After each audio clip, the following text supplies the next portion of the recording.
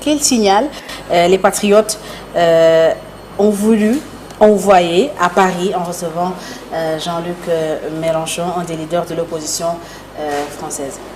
Aucun message. Je crois que le message était adressé plutôt à l'Afrique entière, à la planète Terre entière, que Ousmane Sonko, Bassirou Diomaye Faye, Pastef était tout simplement diabolisé, et que tous les crimes d'Israël dont on les accusait n'étaient que fausseté, étaient loin en fait de la réalité, et que Pastef est profondément enraciné sur la terre africaine du Sénégal. Pastef, conformément à son nom, est une organisation de patriotes panafricains, mais aussi d'internationalistes. Nous ne souhaitons pas, nous ne comptons pas diriger ce pays dans l'autarcie. Nous serons enracinés dans les intérêts des différents peuples d'Afrique et de sa diaspora, mais nous serons aussi ouverts au reste du monde, au reste de la planète Terre. Et dans ces prises de position, le leader du PASTEF, Ousmane Sonko, a expliqué la visite disant que ce n'était pas l'État du Sénégal réellement qui recevait Jean-Luc Mélenchon, c'était plutôt le parti PASTEF.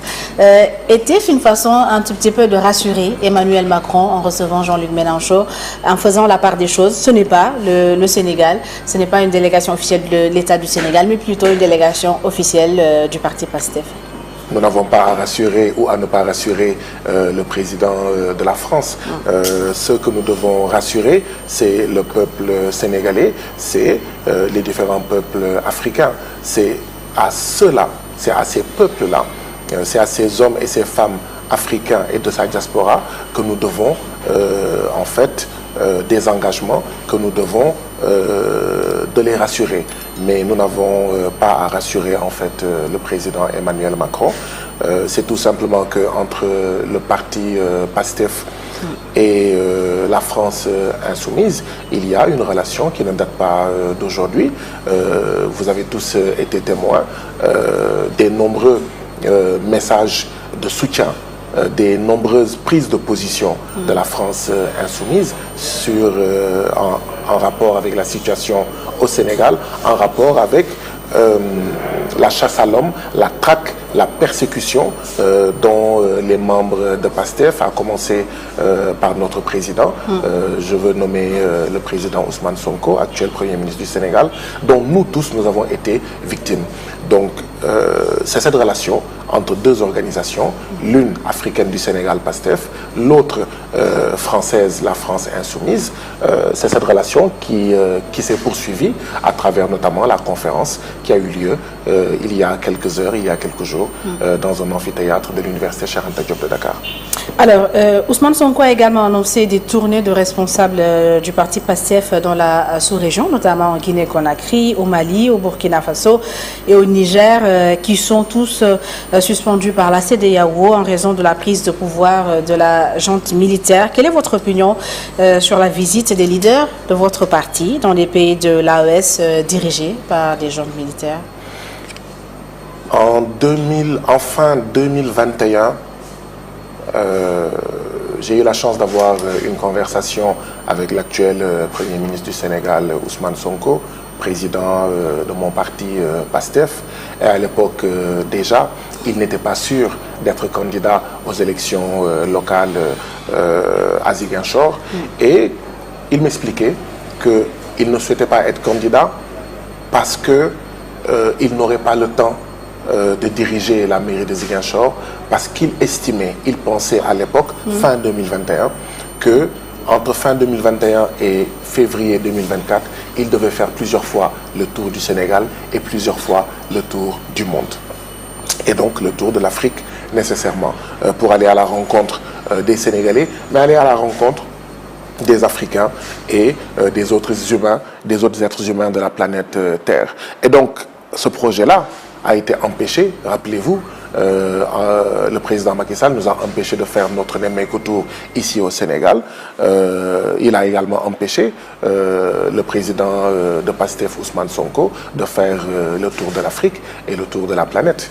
notamment en lui imposant une résidence à domicile, en le maintenant à domicile arbitrairement, illégitimement, mais également en l'emprisonnant de la manière dont nous tous nous avons vu. Et donc, oui, aujourd'hui qu'il est libre, aujourd'hui que tout cela est derrière nous, c'est tout à fait normal que le président Ousmane Sonko veuille faire ce qu'il voulait déjà faire depuis fin 2021. Mais c'est le contexte sous-régional. Derrière ces choix, choisir 3 pays dirigés par des gens militaires, c'est ça qui fait questionner beaucoup de personnes. Mais que ces pays soient dirigés par des jeunes militaires ou pas, dans ces pays-là, ce sont des êtres humains qui y habitent, ce sont des Africains, ce sont nos frères et sœurs africains qui y habitent. Et notre conviction est que l'Afrique que nous voulons bâtir, l'unité africaine, la fédération des États africains que nous voulons bâtir ne saurait exclure personne. L'Afrique souveraine, l'Afrique indépendante, l'Afrique qui résolument prend le chemin de la prospérité et qui donc se détache des liens de l'oppression impérialiste, cette Afrique-là va se faire avec toutes les Africaines et tous les Africains, va se faire avec les 54 pays d'Afrique. Et oui, le Mali en fait partie, le Burkina en fait partie, le Niger en fait partie. Je soutiens fortement, énergiquement l'idée de ces voyages. Il faut y aller. Nous tous, nous savons qu'il y a des problèmes dans notre sous-région, il y a des problèmes au niveau de la CEDEAO, au niveau de l'UEMOA. Nous avons vu ce qui s'est passé. Et oui, le Sénégal n'est pas seulement le pays de la Teranga. Le président Bassirou Diomaye Faye et le premier ministre Ousmane Sonko et PASTEF montreront que nous ne sommes pas seulement le pays de la Teranga, nous sommes aussi le pays qui saura être un bon tailleur, utiliser son fil et ses aiguilles pour recoudre en fait les relations qui ont été en fait mise à rude épreuve dans la dernière période. Est-ce que c'est justement dans cette logique de lutte contre l'impérialisme toujours que vous soutenez justement cette visite des pays de membres de l'AES? Personnellement, je pense que beaucoup de décisions prises par ces pays-là sont de bonnes décisions, consistant à dire que sans souveraineté, il n'y a pas de possibilité de développement. Et que donc, la CEDEAO et l'UEMOA qui voulaient imposer à ces pays d'organiser dans les meilleurs délais des élections, ces pays, ces peuples ont répondu tout simplement que oui, nous voulons organiser des élections, mais nous, peuple malien, notre priorité, c'est d'abord l'unité de notre territoire. Notre pays, le Mali, est menacé de partition. Vous ne pouvez pas nous demander d'organiser des élections alors que c'est la viabilité, la durabilité même de notre pays qui est en danger, qui est en jeu. Oui, je pense que tous les pays africains doivent dire armée française hors d'Afrique. Ça a été dit justement par le leader du parti PASTEF, Ousmane Sonko, lors de la conférence. Nous sommes totalement en phase dessus, raison pour laquelle d'ailleurs nous sommes dans le même parti politique. Donc oui, armée française hors d'Afrique, mais même toutes les autres armées en dehors de l'armée française qui sont en Afrique doivent tout simplement partir. C'est vrai qu'ici au Sénégal, nous sommes plus concernés par la présence militaire française qui doit partir, qui n'est pas là pour notre sécurité. Et on fait quoi de la coopération militaire? Mais elle peut continuer. Elle peut continuer, elle va continuer dans un sens mutuellement avantageux, mais s'il n'y a pas de base militaire sénégalaise en France, il ne peut pas y avoir de base militaire française au Sénégal. S'il n'y a pas de base militaire américaine, de base militaire sénégalaise aux États-Unis, il ne peut pas y avoir de base militaire américaine au Sénégal. C'est tout simplement ça. Je crois que la France n'acceptera pas une seule présence militaire étrangère sur son territoire. Les États-Unis, vous vous rappelez déjà, il y a des décennies de cela, elle n'acceptait pas que la Russie donne des missiles à Cuba, qui est un État indépendant. Et Cuba, ce n'est pas les États-Unis.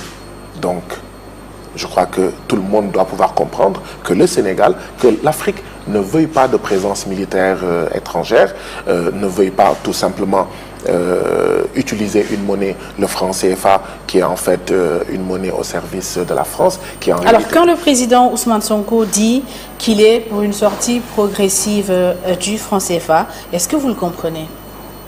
Êtes-vous de ceux qui pensaient qu'il était obligatoire de sortir de cette monnaie, ou vous êtes d'accord avec cette logique de sortir progressivement de cette monnaie?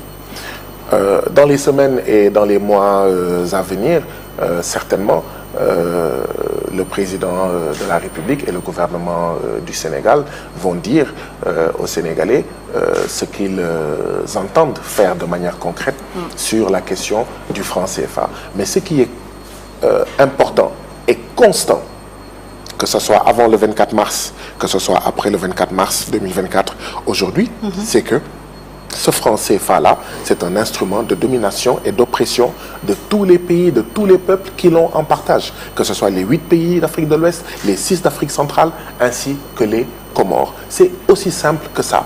Et donc, tant que nous serons dans les liens de la suggestion, dans les liens de l'oppression du franc CFA, notamment, pas que, mais notamment, d'accord, nous ne pourrons pas nous développer. Attention, je vais être clair.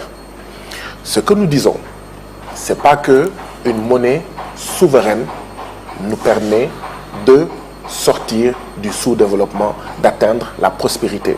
Ce que je veux dire est tout simplement ceci. Si avoir sa monnaie n'est pas une condition suffisante pour être développé, c'est une condition nécessaire.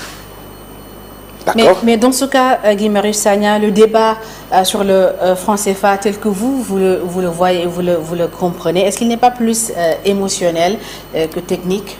Non, il n'est pas du tout émotionnel. Figurez-vous que les 200 pays qui sont sur la planète Terre, les derniers en termes de développement, en termes de richesse, la majorité est constituée de pays utilisant le franc CFA. Ce n'est pas un hasard.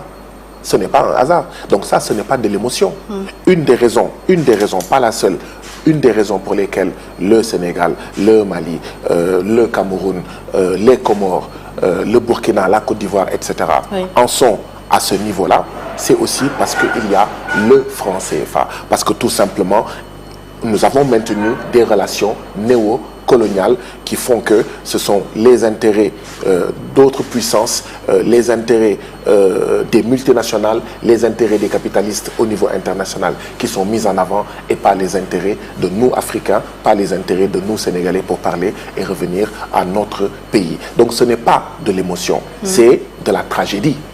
Pourquoi, en fait, aujourd'hui, dans nos pays, il y a autant de jeunes qui cherchent à prendre la route du désert du Sahara, celle du Nicaragua, ou tout simplement celle de l'océan Atlantique? Parce que, oui, nous avons une monnaie qui facilite les importations, et qui dit faciliter les importations, dit tout simplement une grande concurrence exercée sur nos petites et moyennes entreprises. À Issata, il y a 64% de petites et moyennes entreprises qui meurent avant 3 ans. Pourquoi? Une des raisons, c'est à cause du franc CFA. À Issata, nos acteurs économiques, d'accord, que ce soit les paysans, les éleveurs, nos chefs d'entreprise, n'ont pas suffisamment de crédit. Pourquoi? Parce que ce franc CFA fait ce qu'on appelle de la répression monétaire. Ce n'est pas de l'émotion, c'est de la réalité. Ce sont des drames, ce sont des tragédies vécues par nos compatriotes du Sénégal, mais aussi nos frères et sœurs avec lesquels nous avons en partage cette monnaie qui s'appelait, je vous le rappelle, colonie française d'Afrique. Alors, vous êtes un militant panafricain, anti-impérialiste. Comment décrivez-vous l'état actuel de l'impérialisme au Sénégal? Je dirais tout simplement que le 24 mars 2024 dernier, le peuple sénégalais a gagné une bataille importante contre l'impérialisme, contre le néocolonialisme ici au Sénégal.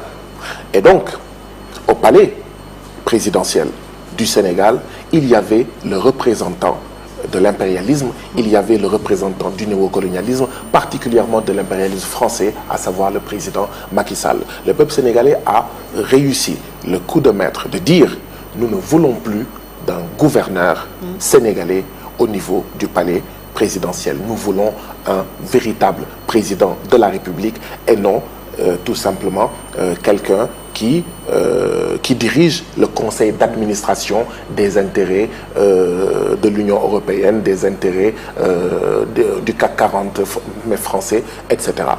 Maintenant, nous avons changé la tête du palais, au niveau du palais présidentiel. Nous avons changé les membres du gouvernement qui ne sont plus au service de l'impérialisme, mais au service du peuple sénégalais. Nous avons commencé à changer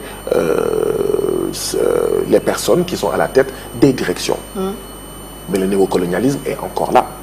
Parce que le néocolonialisme ne tenait pas seulement grâce au président de la République, grâce au ministre, grâce au directeur à la tête, en fait, de certaines directions générales. Mais le néocolonialisme, c'est aussi d'autres personnes dans l'appareil d'État, en dehors de l'appareil d'État, qui représentent cet impérialisme-là, qui sont les visages du néocolonialisme. Et quelles sont les réformes politiques et économiques que vous attendez de ce régime aux côtés duquel vous avez combattu quand même pour l'accession au pouvoir, pour mettre fin justement à ce néocolonialisme, à cet impérialisme? Je crois qu'il y a plusieurs mesures à prendre, pas seulement sur le plan économique. Il y a plusieurs mesures à prendre. Je pense que le gouvernement est dans la bonne voie. Les actes qu'il a commencé à poser nous rassurent qu'on va dans ce sens-là. Parmi ces réformes, oui, il y a celui de la monnaie. Nous venons d'en parler. Parmi ces réformes, il y a aussi celle, en fait, de nos rapports avec le Fonds monétaire international et la Banque mondiale. Je le rappelle, qui n'ont jamais développé un pays, Fonds monétaire international et Banque mondiale, qui sont au service de certains pays et de leurs entreprises, de leurs multinationales. Nous devrons transformer, d'accord, nos relations avec ces institutions de Bretton Woods. Sur le plan économique, nous devrons aussi poser des actes allant dans la direction de mettre en avant les acteurs économiques de ce pays-là et non, d'accord, les acteurs économiques de l'Europe, des États-Unis ou de la Chine, etc. Les marchés, nous devrons les donner en majorité et prioritairement aux Sénégalais. Nous devrons aussi renégocier beaucoup d'accords, dont les accords de pêche, tout simplement, parce que nos ressources halieutiques ont été bradées, c'est un secret de polichinelle, aux bateaux de l'Union européenne, aux bateaux chinois, etc. Donc, il y a des renégociations de plusieurs accords léonins à faire. Les accords de pêche en font partie. Les accords miniers, les accords sur le pétrole, le gaz, le zircon, etc. Ce qui se passe également, l'or à Kédougou, le phosphate, tout cela, nous devrons les auditer, nous devrons les regarder et inverser la tendance que l'écrasante majorité de nos richesses bénéficient aux Sénégalais, aux Africains, d'accord, et pas comme dans la situation actuelle. Donc il y a toutes ces réformes-là à faire. Il y a aussi d'autres choses, on en a parlé mais tout à l'heure, les armées étrangères en Afrique. Dans le cas d'espèce, l'armée française devra aussi rentrer chez elle. Elle n'a rien à faire ici.